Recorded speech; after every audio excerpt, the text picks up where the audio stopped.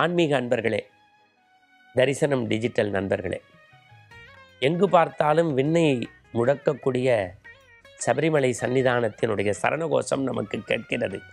இல்லத்தின் வெளியே எங்கு பார்த்தாலும் சிறு குழந்தைகளிலிருந்து பெரியவர்கள் வரை வண்ண வண்ண உடை அணிந்து கொண்டு, நெற்றி நிறைய திருநீர் அணிந்து கொண்டு, மாலையோடு சாமி சரணம் ஐயப்பா என்று புன்முறுவலோடு சொல்லக்கூடிய காட்சி நமக்கு கேட்கிறது. ஆனால் ஒரு அன்பர் எனக்கு ஒரு கேள்வி எழுதியிருந்தார். மஞ்சமாதா சன்னதி ஏன் சபரிமலையில் இருக்கிறது? ஒன்று, அந்த மஞ்சமாதா கோவிலில் சட்டை துணியை வைத்து மஞ்சள் அந்த துகள்களோடு எடுத்து வந்து அணிவிக்கச் சொல்கிறார்களே, அதனுடைய சிறப்பம் என்ன, தாற்பயம் என்ன என்று ஒரு ஆரோக்கியமான அர்த்தபுஷ்டியான ஒரு வினாவை எழுப்பியிருக்கிறார். இது ஐயப்ப பக்தர்களுக்கு மட்டுமல்ல, அகில உலகத்தில் இருக்கக்கூடிய எல்லாருக்கும் சேர்த்தே இந்த வினாவுக்கான விடையை சொல்கின்றேன். உதிக்கின்ற செங்கதிர் உச்சித்திலகம் மதிக்கின்ற மாணிக்கம்னு நம்முடைய அபிராமி பட்டர் எழுதிய அபிராமி அந்தாதியிலே அன்னையை எப்படி தனம் தரும், கல்வி தரும், ஒரு நாளும் தளர்வறியா மனம் தரும் என்று வேண்டுகின்றோமோ, அதுபோல ஐயப்ப பக்தர்கள் எல்லாம் கன்னிமார்கள் மஞ்சமாதா சன்னதியில் முதல் ஆண்டு போனவங்க தேங்காய் உருட்டி தங்களுடைய வருகையை பதிவு செய்து வழிபட்டு வருவார்கள். நிறைய பேர் தங்களுடைய இல்லத்தில் இருக்கக்கூடிய சகோதரிகளுக்கு, பெண்களுக்கு, திருமண வயதொத்தவர்களுக்கு திருமணம் கைகூட வேண்டும் என்று மஞ்சமாதாவிடத்தில் வணங்கி அந்த சட்டத்தினியை, பெண்கள் அணியக்கூடிய மேலாடையை வைத்து எடுத்து வந்து அணிகின்றார்கள். இது ஒரு மரபாக இருக்கிறது. இதனுடைய சூட்சமம், தாற்பயம், புராணம், வரலாறு என்ன என்பதை நான் நிறைய விஷயத்தை உங்களுக்காக உடைத்து சொல்கின்றேன். மகிஷமுகி யாரு? மகிஷாசுரனுடைய தங்கை லீலாவதி.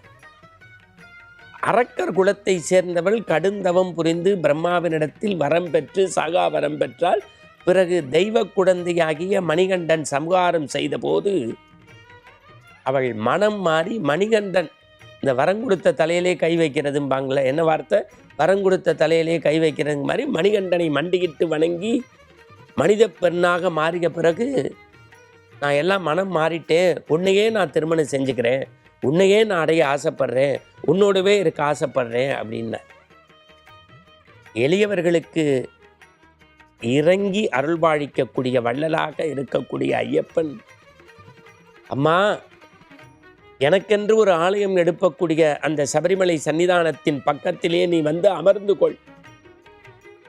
நான் ஒரு நித்திய பிரம்மச்சரிய விரதத்தை கடைபிடிக்கக்கூடியவன். என்னை பார்ப்பதற்கு பலரும் வருவார்கள் என்று நான் நினைக்கின்றேன்.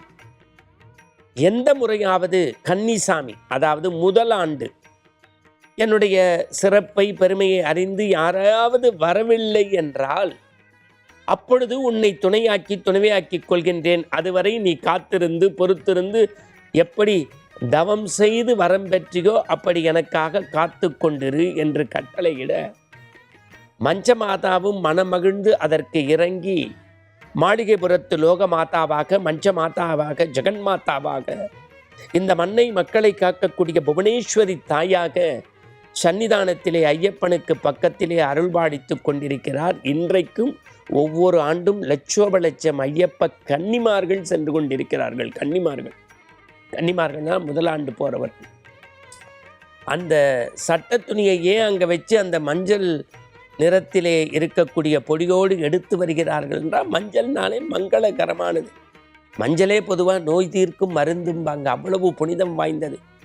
அந்த தாயை, பராசக்தியை, ஜெகன்மாதாவை, மஞ்சமாதாவை, லோகமாதாவை வேண்டிக் கொண்டு சட்டை துணியை தயார் செய்து பெண்கள் அணிந்தால் அவர்களுக்கு விரைவில் தடைபடக்கூடிய வரன் கைகூடி திருமணம் நடக்கும் என்பதனால்தான் மஞ்சமாதா, மாளிகைபுரத்து லோகமாதா அங்கே காட்சி தருகிறார். ஐயப்பனுடைய அருளினுடைய பெருமைகளை, சிறப்புகளை நாம் படிப்படியாக பார்த்து கொண்டே போகலாம். இன்றைய தினம் எப்படி இருமுடியினுடைய நெய்த்தேங்காய் பெருமையை தெரிந்து கொண்டோமோ, அதுபோல ஏன் மஞ்சமாதாவின் உடை அணிகின்றோம் என்கின்ற ஒரு மகத்தான உண்மையை இன்றைக்கு அறிந்து தெரிந்து கொண்டோம். ஐயப்ப பக்தர்களுக்கு வேண்டுகோள் வைப்பது, உங்கள் வீட்டில் இருக்கக்கூடிய திருமண வரனுக்கு காத்து கொண்டிருக்கக்கூடிய பெண்களுக்கு திருமணம் தங்கு தடையின்றி நடைபெற மஞ்சமாதா சன்னிதானத்தில் சட்டை துணி வைத்து உடுத்தி கொண்டால் மஞ்சமாதாவினுடைய கடாட்ச அருள் கைமுன்னே கிடைக்கும். சுவாமி சாமி ஐயப்பா, சரணம் சரணம் ஐயப்பா. மீண்டும் மற்றொரு எபிசோடில் ஐயப்பனுடைய பெருமை சிறப்புகளையும் நம்முடைய வழிபாட்டு முறைகளையும் பார்க்க இருக்கின்றோம்.